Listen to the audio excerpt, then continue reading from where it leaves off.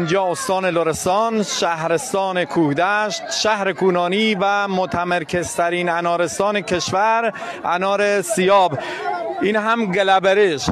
سلام، وقت خیر. وقت شما بخیر، چاکرتم. دیدی چمه ای؟ یک گلابریج که اصلا در تاریخ لرستان سبیه گلابریج دنکو و هم بلش آبدار تازه، گوشت گوسفند تازه، هم در خدمت میمونی و عزیز. یا هم انار هم گلابریج تقدیم به همه بیننده بزرگوار. یک خوارزال عزیز مهمی خدمت رن دعوت همه که همه بیننده بزرگوار که حتما تشریف بیارن.